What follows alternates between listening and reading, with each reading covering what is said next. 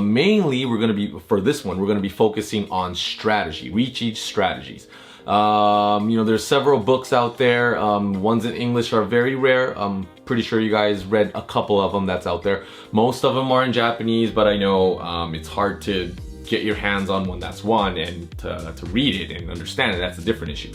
So myself being bilingual, I took the liberty to contact the author.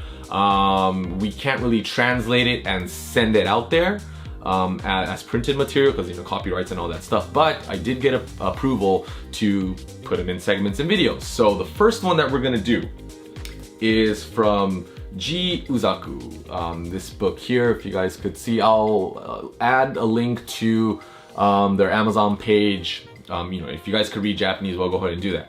But this one is studying the hai kouritsu, or tile efficiency is what they call it. He has several books out there, very informative, and this is his third one, I believe. I may be wrong. He has 2 of them. They're good sellers.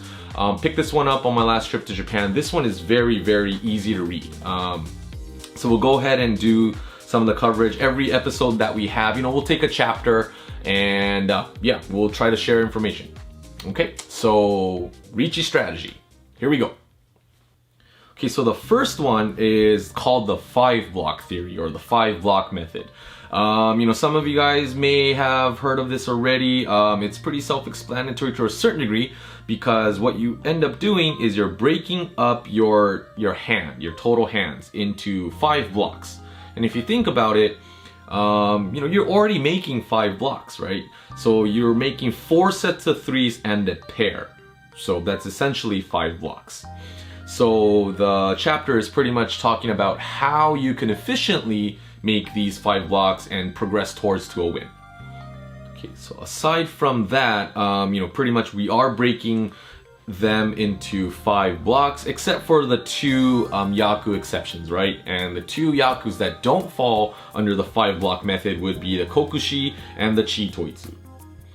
So if you look at the tile that we have right here, you could see that it is a 2-so and an 8-so shabo, or a double weight. So whether the 2 comes out or the 8 comes out, one of them will become the triplet, the other would be the pair. So the next hand that you could see here, as you could see, if we break this up into so-called blocks, this one becomes 6 blocks. So it's kind of more than what we need, right? Because we need 5 blocks to complete a hand. 6 is a little too much. And in order to efficiently make this hand a winning hand, we're gonna have to shrink this down into 5. And how do we do that? So we're trying to break or get rid of one of the extra blocks that we have.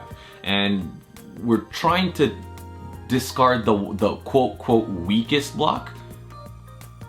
And which one is weak? Which one is the weakest or the less efficient one in this hand for you? Some of you guys who've experienced this, of course, depending on what's already discarded, the answers might change, but based off of our current info, discarding the 8 and 9 pin is the answer, and you guys probably guessed it right. In the book, it says that discarding the 8 pin first is the quote correct answer, and we'll explain that in a future chapter, but for now, this is the basics. So go ahead and, if you guessed it right, that is correct. Discarding the 8 and 9 pin first is correct. Okay, so let's look at this next block. Right here, if we split this up into blocks, it'll be like so. And it's hard to determine, right, which one is the quote weak block here. None of them stands out specifically. It's hard to determine, and based off of how some of you guys may be playing, the answers might differ. But for this specific hand, discarding the 4 pin is the correct answer. And why is that? Is to solidify the 2, 3, 4 sequence rather than keeping that. So discarding the 9 pin and aiming for Tangyao is of course also good, but if you draw the 8 pin, you're missing out on completing a triplet there. So thinking about that, the quote widest weight is what we're aiming for. So in this case, if you want to increase your tile efficiency, keeping that for now is a valid reason. Okay, so let's look at this next hand. If you notice, compared to the other ones that we've had, there is a red 5 in there. And you have 4 one-sos, so some might just say con, right, and just go ahead and call that, but then discard the 4 maybe. We've seen some people do that too. But let's also, based off of the 5-block theory, break this up in 5 blocks. So if you see the 4-so as a pair, then you could split it up and divide it into blocks like so. So obviously there's 6 blocks, and we would have to get rid of one of the blocks. And if you break it up into blocks correctly, if you will notice that if you discard the 4-so, if you con the 1-so and discard the 4-so, you won't have any more pairs. And whatever you draw next, you won't be in tenpai. So you're kind of taking a step back. So if you want to increase your tenpai path, I guess, as they would say, path to tenpai, the most efficient way to do this is pretty much discarding or breaking up the 4-5 or 7-8 or 6-7 double-sided pairs that you guys have there. So that's probably the right choice to do. Which one is the next question?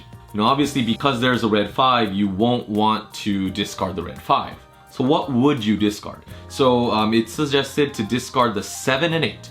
And this is because, you're gonna have to need, there's a chance that you're gonna need 2 6-mons, right? If you keep the 4, 5, and 7, 8. And you're pretty much overlapping some of the required tiles. And we all know that there's only 4 of each tile. So if there is an overlap in a weight, in this specific case, 6, in Mahjong terms, or in this book, we call this nido uke. Okay, and nido uke literally means accepting it twice. In this case, we're talking about the 6-mon. So, it might be hard for us to drop a double-sided weight, but, if you think about it efficiently, and if you think about it this way, like what we said, this should speed up and kind of lead you towards a faster tenpai.